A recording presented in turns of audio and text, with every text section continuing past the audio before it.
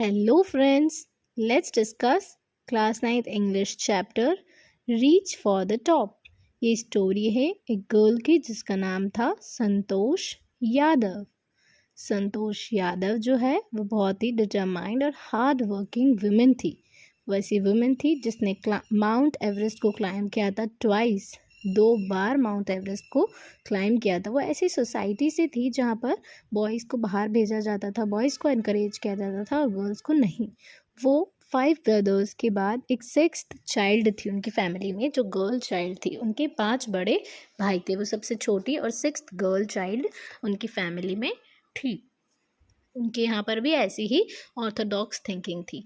वो बॉर्न हुई थी जोनियावास में, जो रेवाड़ी डिस्ट्रिक्ट है हरियाणा में, वहाँ पर। संतोष उनका नाम रखा गया। संतोष का मीन्स था कंटेंटमेंट या सेटिस्फैक्शन। संतोष का मीनिंग ही क्या होता है? सेटिस्फैक्शन, किसी भी चीज़ से संतुष्टि, सेटिस्फैक्शन होना। वो अदर गर्ल्स की तरह नहीं थी। सारी गर्ल्स कुर्ता स्कर्ट्स पहनती थी, जबकि वो शॉर्ट क्लोथ्स पहनती थी और अलग तरीके से रहना और जीना पसंद करती थी। वो कहती थी कि others around me had to change, not me. मैं दूसरों के लिए नहीं बदल सकती, दूसरे को बदलना होगा। फिर उनके जो पेरेंट्स थे वो थे लैंड ओनर्स, और वो अफोर्ड कर सकते थे अपने चिल्ड्रंस को बेस्ट स्कूल में भेजना। बट उनकी फैमिली कस्टम्स की वजह से संतोष को वहीं लोकल स्कूल में पढ़ाई करनी पड़ी।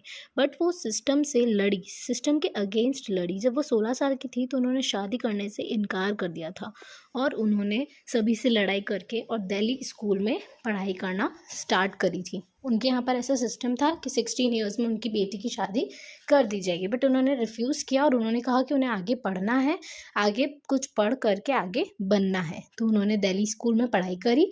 उसके बाद उन्होंने हाई स्कूल पास करके जयपुर गई वो फर्दर स्टडीज़ के लिए। उनके पेरेंट्स से लड़ के और फर्दर स्टडीज़ के लिए जयपुर गई। वहाँ पर महारानी कॉलेज में गई और कस्तूरबा हॉस्टल में उनका एडमिशन करवाया।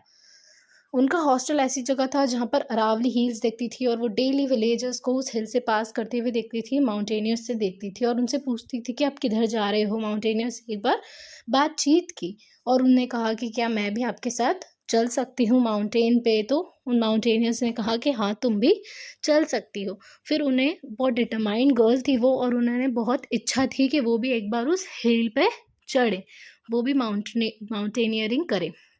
She was so determined, so she saved some money. उन्होंने अपने खुद के पैसे बचाए और Uttarkashi Nehru institute of mountaineering में अपना एडमिशन खुद ने दिलवाया पैसे बचाकर।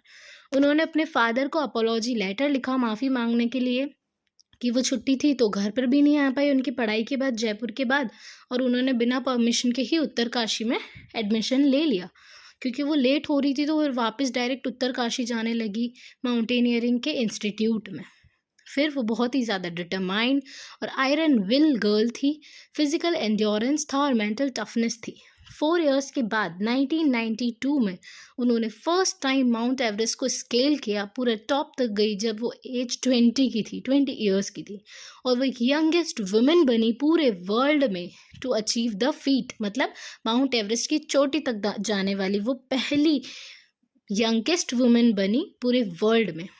वो लोगों के लिए कंसर्न भी थी और हेल्प करती थी, उनको स्पेशल केयर देती थी। एक क्लाइंबर को दी थी साउथ कोल पर, बट वो अनसक्सेसफुल रही उनको सेव करने में। बट उन्होंने मोहन सिंह नाम के एक माउंटेनियर को हेल्प किया ऑक्सीजन सिलेंडर देकर। फिर आफ्टर 1 ईयर वो इंडो नेपलीज वुमेन एक्सपीडिशन के लिए भी उन्हें बुलाया गया। आफ्टर 1 ईयर उनकी पहचान भी ज़्यादा होने लगी माउंटेनियरिंग से। फिर उन्होंने उसके बाद माउंट एवरेस्ट को 2nd टाइम स्केल किया, और मतलब वो माउंट एवरेस्ट पे 2nd टाइम चढ़ गई चोटी तक, उसकी फीट तक। उन्हें पद्मश्री अवार्ड से सम्मानित किया गया। वहाँ से उन्होंने 500 किलोग्राम गार्बेज भी लाया। एज ए एनवायरमेंटलिस्ट काम किया, एनवायरमेंटलिस्ट एज अ काम किया उन्होंने। फिर उन्होंने लास्ट में कहा है कि उन्होंने एक प्राइड और स्पिरिचुअलिटी बताई है। उन्होंने ये बताया है कि उन्हें बहुत ही ज़्यादा गर्व महसूस हुआ जब उन्होंने अपना इंडियन फ्लैग वहाँ पर लहराया, माउंट एवरेस्ट की चोटी फीट पर अपना इंडियन फ्लैग को लहराया at the top of the world after scaling mount Everest. Thank you.